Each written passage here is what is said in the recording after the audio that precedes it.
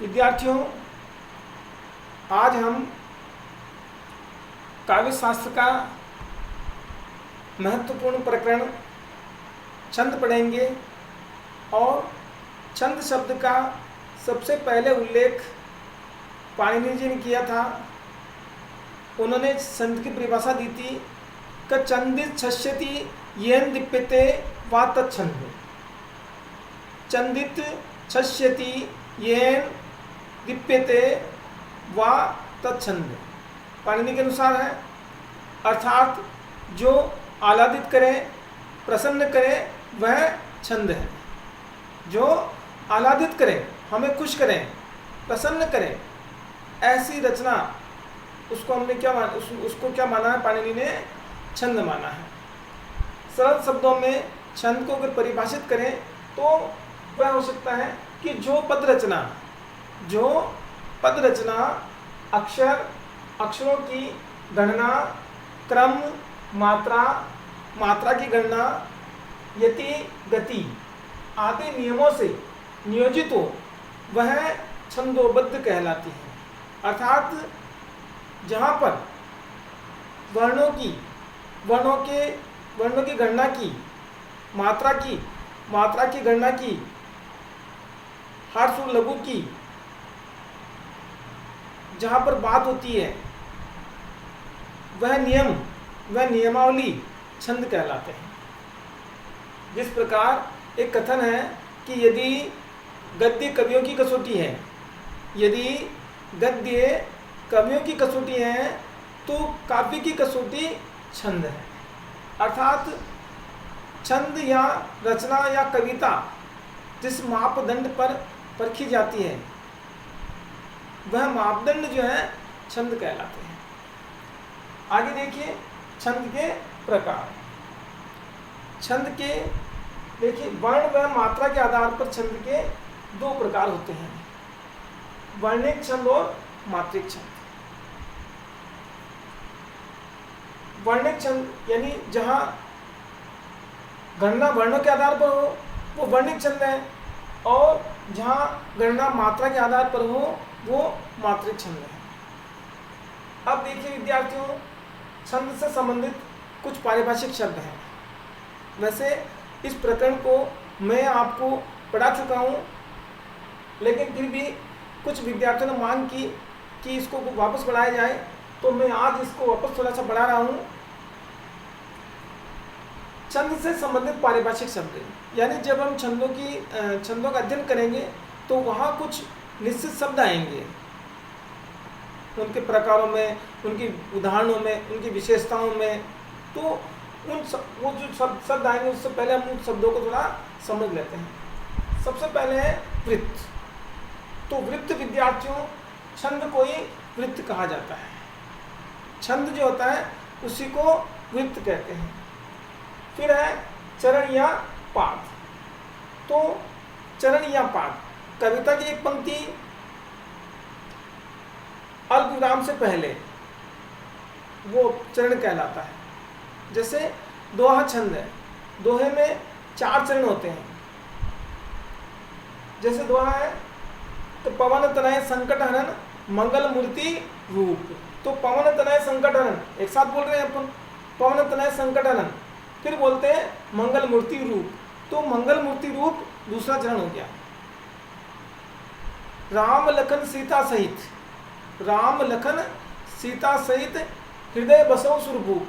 राम लखन सीता सहित, यहाँ पर फिर विराम ले रहे हैं और फिर आगे कह रहे हैं राम लखन सीता सहित हृदय बसौ सुरभूप। तो हृदय बसौ सुरभूप चौथा चरण हो गया।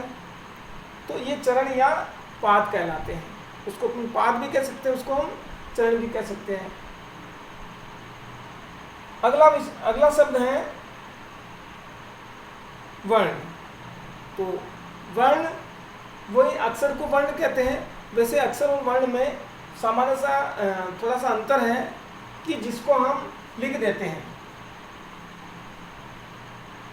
ये वर्ण है, लेकिन जब हम बोलते हैं क, तो क जो है वो इस वायुमंडल में, इस अनंत में समा गया, समाप्त तो नहीं हुआ है, समा गया है। वो कहीं न कहीं हो गया है तो वो कहलाता है अक्षर। लेकिन सामान्य व्यवहारिक भाषा में, व्यवहार में हम अक्षर और वर्ण को एक ही मानेंगे। तो फिर है मात्रा। मात्रा तीसरा शब्द जो है वो है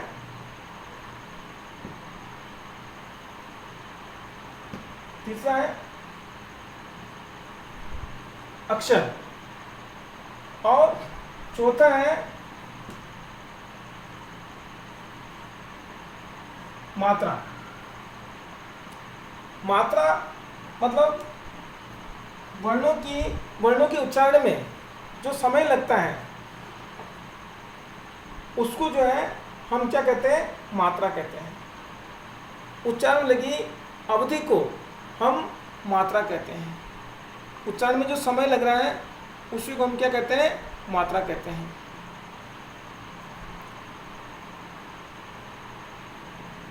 फिर है और मात्रा जैसे ह्रस्व व दीर्घ या लघु व गुरु। मात्रा लघु व गुरु, ह्रस्व व दीर्घ। जैसे शब्द है कु और कु। कु छोटा उ की मात्रा है और कु बड़ा उ की मात्रा है, तो इसको हम कहते हैं ह्रस्व और इसको कहते हैं दीर्घ या लघु मात्रा और दीर्घ मात्रा। वैसे मात्रा के लिए जो है हम ह्रस्व और लघु शब्द काम में लेते हैं। देखिए अगला शब्द जो है वह है आपके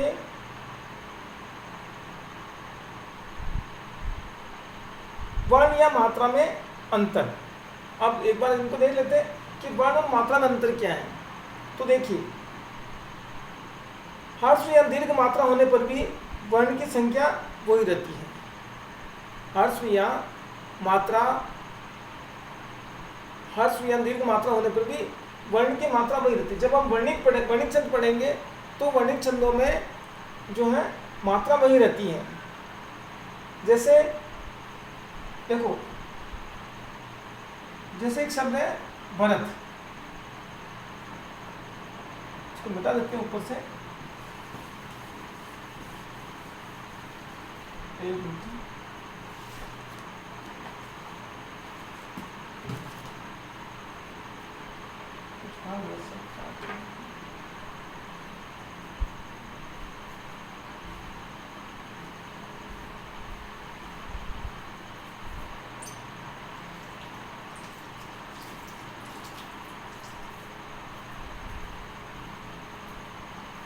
आप ये समझ लीजिए कि वर्ण और मात्रा दोनों, जैसे किसी शब्द में, जैसे समल शब्द है भरत।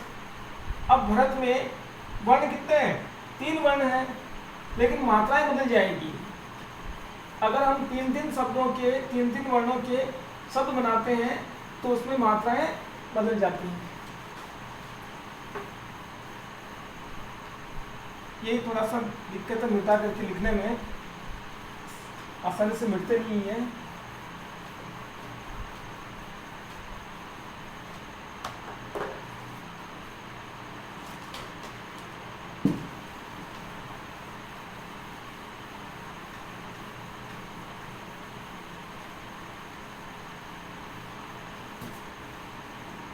देखिए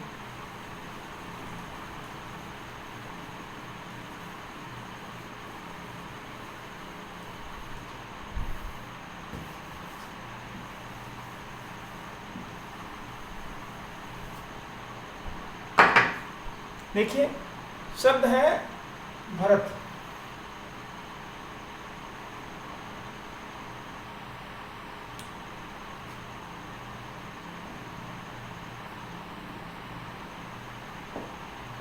भरत नहीं दिख रहा होगा वैसे आपको।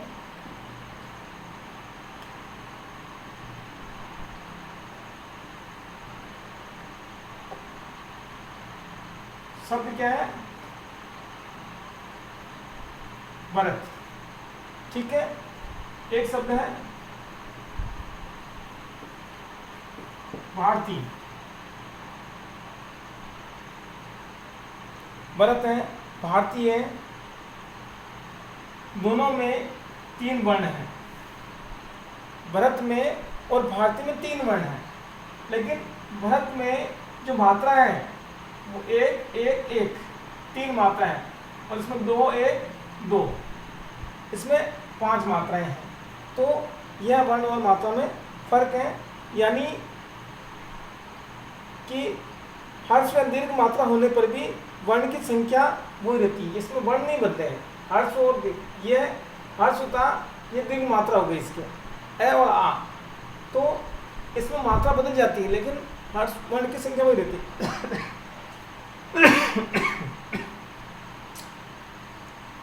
लघु व गुरु का वर्ण, गुरु वर्ण का नियत स्थान क्रम कहलाता है। फिर अगला शब्द है क्रम।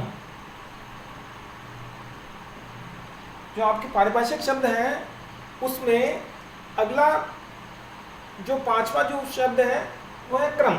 और क्रम का अर्थ क्या है कि जहां लघु और दीर्घ का जो निश्चित गणना होती है वह संख्या क्या कहलाती है, वर्ण कहलाती है, क्रम कहलाता है।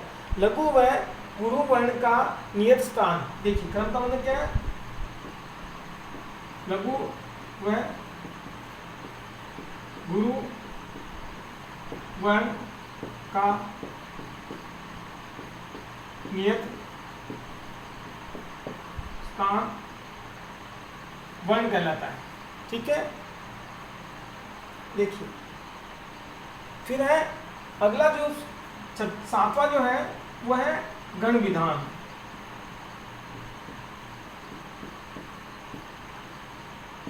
विद्यार्थियों, जब हम वर्णिक शब्द पढ़ेंगे तो वहाँ उनके लक्षणों में, उनकी विशेषताओं में हम गण शब्द आएगा। और गण यानी निश्चित क्रम के वर्ण, निश्चित क्रम की मात्रा के समूह, 3 शब्दों के, 3 वर्णों के जो शब्द समूह है, वर्ण समूह है, उसको हम क्या कहते हैं, गण कहते हैं। देखिए छंद शास्त्र में 3 मात्रिक वर्णों के, छंद शास्त्र में 3 मात्रिक वर्णों के समुदाय को गण कहते हैं। ये 8 गण, कुल जो है गण 8 गण है, और 3 वर्णों की निश्चित स्थिति व गण नाम के लिए एक सूत्र है। ठीक है, क्या है, 3 वर्णों के समूह को क्या कहते हैं, हम गण कहते हैं। ठीक है, फिर छंद शास्त्र में कुल जो है 8 गण माने जाते हैं। अब 8 गण के 8 गणों में क्या क्या मात्राएं होती हैं, किसमें कितनी मात्रा रहेगी, उसके लिए सूत्र है, ये मा का राज है भान सलगा, यह मतराज भान सलगा। जब हमने मात्रा के बारे में पढ़ा था तब वहां पे 2 मात्राएं थी, हर्ष और दीर्घ। हर्ष मात्रा को हम ऐसे एक नहीं, ये नहीं, हर्ष मात्रा को हम ऐसे करेंगे, ये जो है हर्ष मात्रा का सिंबल प्रतीक है, और ये दीर्घ मात्रा का प्रतीक है। एक लिखेंगे, ये हर्ष मात्रा की गणना के लिए अपन एक ये प्रतीक लिखेंगे, और जो दीर्घ मात्रा है उसके लिए हम ये एस जैसा प्रतीक लिखेंगे। अब देखिए आप, ये एस, ये हर्ष है, लघु है, ये गुरु मात्रा है, ये गुरु है, ये गुरु है, ये लघु है, फिर ये गुरु मात्रा, ये लघु, ये लघु, ये लघु, ये गुरु। अब आप ये सूत्र को याद कर लीजिए, ये माताराज पान सलगा, इसमें पढ़ रहे हैं 8 गण है, तो सबसे पहले देते हैं ये गण।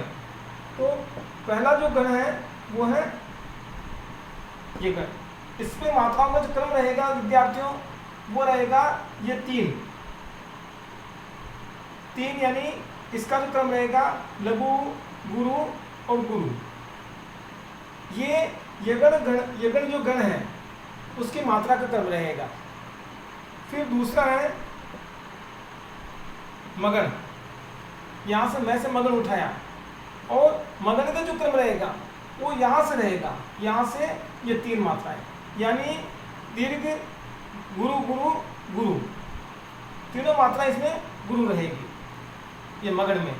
फिर देते हैं यहाँ से वापस तगण, तगण। विद्यार्थियों, हिंदी का विद्यार्थी होने के कारण मैं अगर इसे हिंदी में लिखता हूँ, अपने नागरी लिपि की गिनती लिखता हूँ, तो आपको भी वह नागरी लिपि की गिनती याद कर लेनी चाहिए। बहुत मुश्किल नहीं है।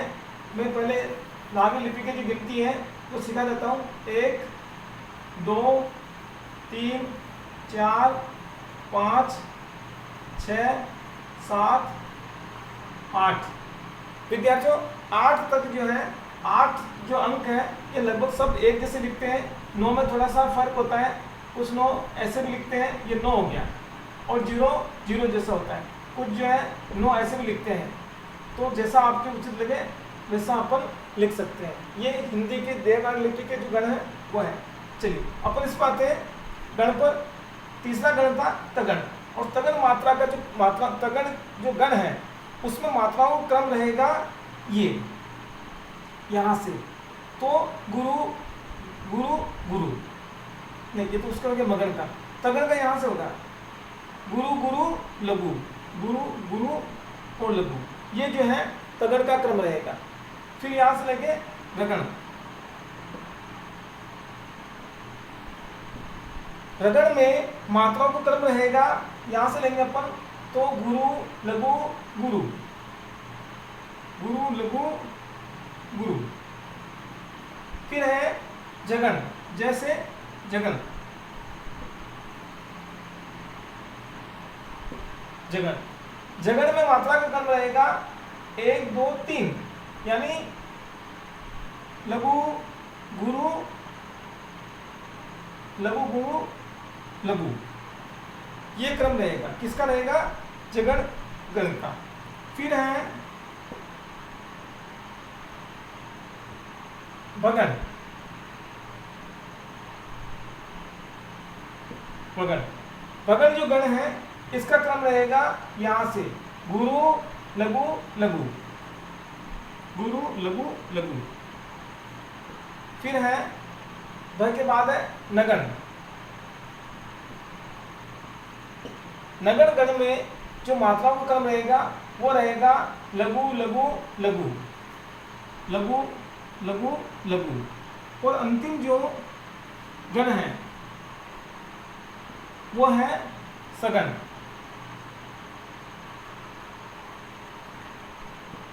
और इसमें जो मात्रा का क्रम रहेगा लघु लघु गुरु, लघु लघु और गुरु। देखिए विद्यार्थियों, एक भी गण में मात्राएं जो है मात्रा पुनरावृत्ति नहीं हो रही है। प्रत्येक गण की मात्राओं का जो क्रम है वो अलग अलग है। इसलिए वर्णित छंदों को जो है हम इन गणों में बांटते हैं। यानी वर्णित छंद पहचानने का जो आधार है वो ये गण है। हमें ऐसे देख करके, और हम जब उनकी विशेषताएं पढ़ेंगे कि भाई 3 नगन, 3 नगन और 1 रगण और गुरु लघु मात्रा होती है, तो रगण भगण जो भी है वो इन मात्राओं के क्रम से हम जानेंगे कि किसमें कितनी मात्राएं होती है। ये याद करने की जरूरत नहीं है, आपको ये याद करना है ये सूत्र, उससे अपन इसकी गणना, इसकी पहचान कर सकते हैं। फिर है गण विधान के बाद जो शब्द आपका है वो है लघु गुरु विचार।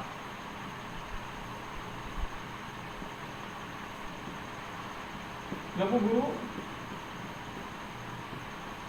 विचार।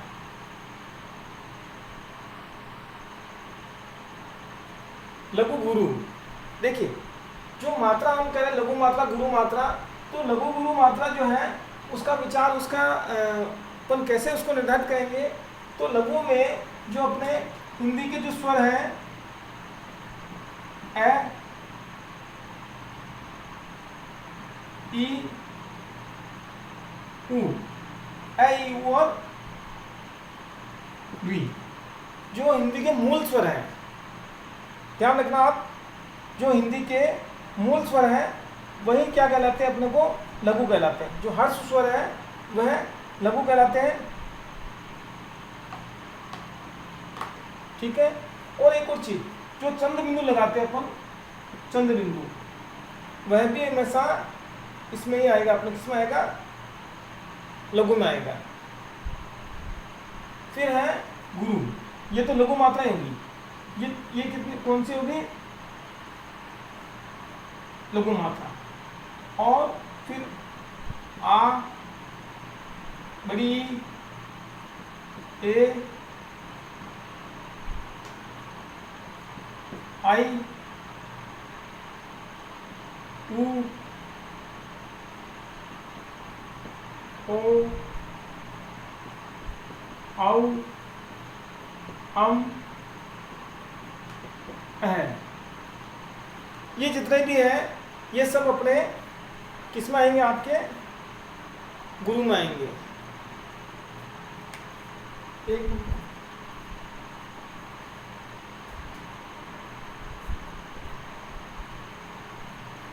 मिनट विद्यार्थियों, कुछ और चीज बताता हूँ आपको।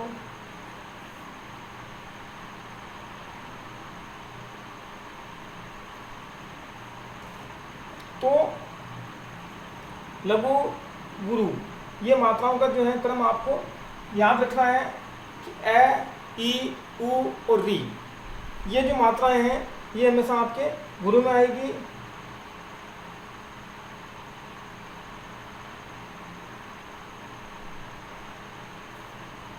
और बाकी सारी मात्राएं जो हैं वो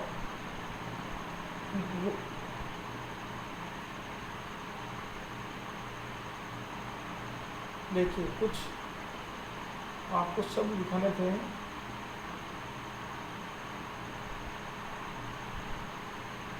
ठीक है, फिर जो है जो संयुक्त वर्ण है, द्वितीय व्यंजन है, वो भी जो है आपके इसी में आएंगे, गुरु में। ठीक है विद्यार्थियों, अगला शब्द है यति। यति अगला शब्द आपके हैं यति। पंक्ति में विराम या ठहराव को यति कहते हैं। पंक्ति में विराम या ठहराव को यति कहते हैं। जैसे अभी मैंने एक दोहा बोला था, उस समय क्या बोला था, पवन तनय संकट हरण, पवन तनय संकट हरण मंगल मूर्ति रूप। तो मंगल मूर्ति रूप अपन सतत बोल रहे हैं, पवन तनय संकट हरण सतत बोल रहे हैं, लेकिन पवन तनय संकट हरण और मंगल मूर्ति रूप, तो संकट हरण और मंगल मूर्ति रूप के बीच में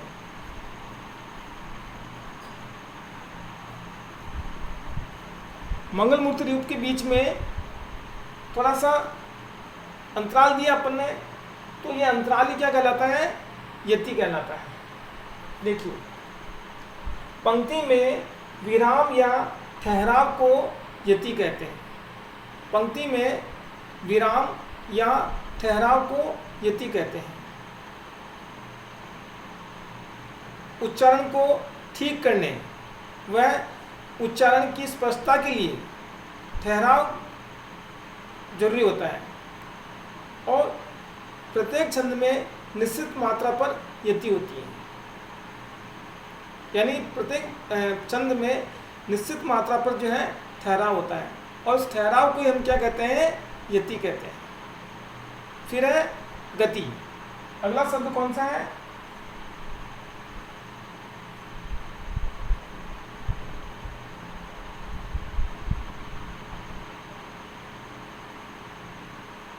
अगला शब्द है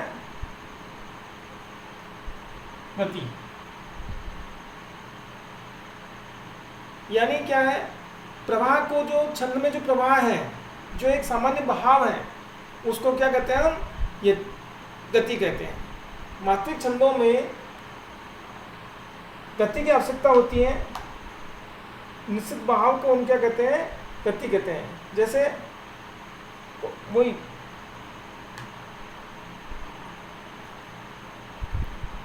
पवन तनय संकट हरण मंगल मूर्ति रूप, तो मंगल मूर्ति रूप अपन एक साथ बोल रहे हैं, तो इसी को अपन क्या बोलते हैं, गति बोलते हैं।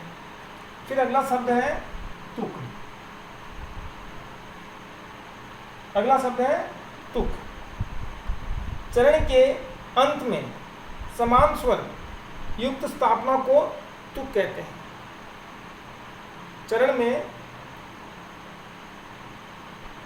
चरण के अंत में समान स्वर युक्त स्थापना को तुक कहते हैं। जो जैसे शब्द था अपना दोहा था, पवन तनय संकटहरण मंगल मूर्ति रूप। मंगल मूर्ति रूप, रूप पे ध्यान देना आप, अंत में क्या शब्द आ रहा है? रूप। और राम लखन सीता सहित, राम लखन सीता सहित हृदय बसो सुर भूप। तो ये रूप और भूप आ रहा है, इसी को विद्यार्थियों तुक कहते हैं। जैसे दोहे में तुक जो है तीसरे और चौथे चरण में होता है, सॉरी दूसरे और चौथे चरण में होता है। दोहे छंद में तुक जो है दूसरे और चौथे चरण में होता है। वहीं सोरठा में पहले और तीसरे चरण में तुक होता है। ठीक है ना? दोहे छंद में जिस प्रकार दूसरे और चौथे छंद में तुक होता है, उसी प्रकार सोरठे में पहले और तीसरे छंद में तुक होता है। एक जैसे जो उच्चारण जो हो रहा है, रूप भूप, ऐसे बहुत सारे शब्द आएंगे आप, तो उसको हम क्या कहते हैं? तुक कहते हैं। तो ये विद्यार्थियों छंद के बारे में कुछ सामान्य जानकारी थी। अब कुछ छंद जो आपके पाठ्यक्रम में है, कुछ सामान्य छंद हैं, तो उनके बारे में हम पढ़ेंगे, और ये सामान्य छंद जो है हम बाद में पढ़ेंगे। धन्यवाद।